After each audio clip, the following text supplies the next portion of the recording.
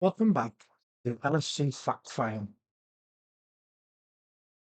So, this video is about the legend himself, Jürgen Klopp. When Jürgen Klopp walked into Anfield in October 2015, he didn't just promise to turn doubters into believers, he actually did it.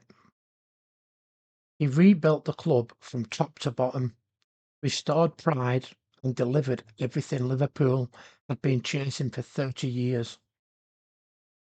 But behind the trophies and the smiles, there's a deeper story of loyalty, fallout, and the inner workings of one of the greatest eras in modern football. This is the LFC Fact File and Jurgen Klopp. The player, humble beginnings. Klopp's football journey started in Germany's lower divisions. Born in Stuttgart in 1967, he spent most of his playing career with Mainz 05, where he made over 325 appearances and scored 52 goals between 1990 and 2001. He was never the most gifted technically. Even he joked that his first touch was a tackle. But he was passionate, driven, and obsessed with the tactical side of the game. That obsession would define his career. Early management, Mainz to Dortmund. In 2001, Klopp went straight from player to manager at Mainz 05, guiding them to promotion to the Bundesliga for the first time in their history in 2004. His pressing, high-energy football earned him attention across Germany. In 2008, Borussia Dortmund came calling. Within 3 years, Klopp's Dortmund had become a powerhouse, winning back-to-back Bundesliga titles in 2011 and 2012, plus the German Cup and reaching the Champions League final in 2013. His team was fearless, led by players like Lewandowski, Royce and Götze. But by 2015, after years of intensity and player sales, Dortmund ran out of steam. Klopp resigned, saying the team needed a change of energy. Arrival at Liverpool in 2015. Liverpool appointed Klopp in October 2015 after sacking Brendan Rodgers. He took over a club adrift, average squad, low morale, limited funds, but promised a heavy metal style of football. The start was rocky. 2 cup finals in his first season. League Cup and Europa League, both lost. But you could already see the shift. His charisma, connection with the fans, and belief system reignited the Anfield spirit. Bear me a second, that's slightly too high. This. One of the smartest things Klopp did was surround himself with elite staff, including sporting director Michael Edwards. Edwards' data-driven approach, working alongside Klopp's intuition, created a perfect balance. Together they built the team that would go on to win everything. Mohamed Salah, Sadio Mane, Virgil van Dijk, Alisson Becker, all signings rooted in analysis and Klopp's system fit. The recruitment was ruthless and precise. But rumours began swirling around 2021-22 about friction between Klopp's coaching team and the sporting department. Edwards stepped down in 2022, with Julian Ward replacing him, but Ward also left just a year later. The reasons were never confirmed, but reports hinted at internal disagreements over transfer strategies and control within the club. The brain behind the operation, Deljok, Buvac. To understand Klopp's rise, you have to know about Delsko Buvac, known as the Brain.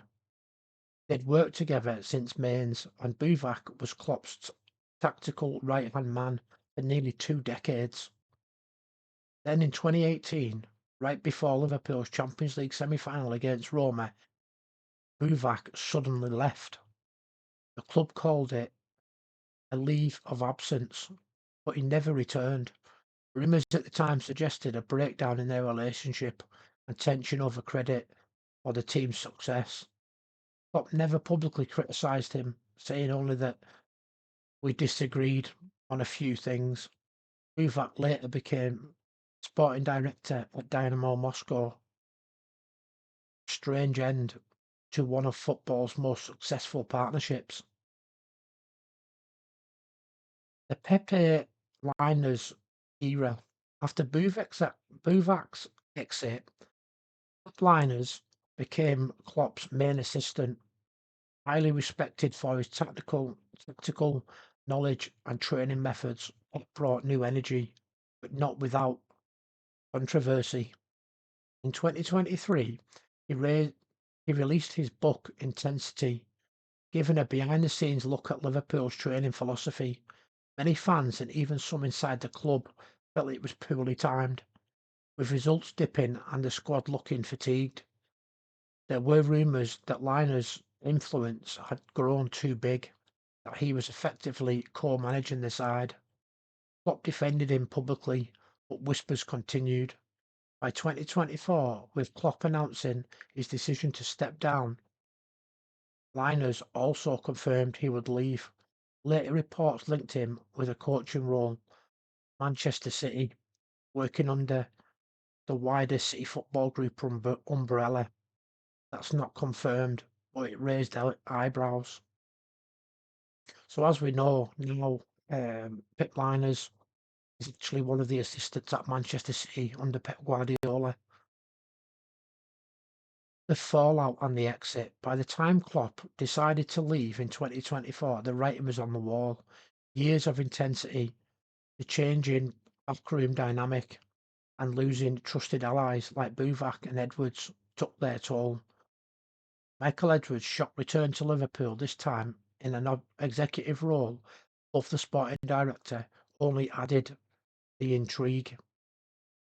Some believe Klopp's decision to leave was already made long before that. Others think the new structure made him realise his era was ending.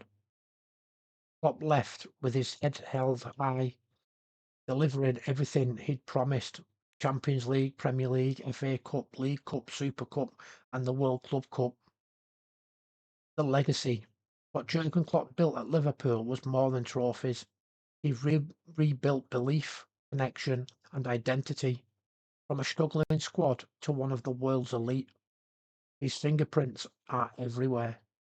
Every chant, every fist pump, every late comeback, it all carries his spirit.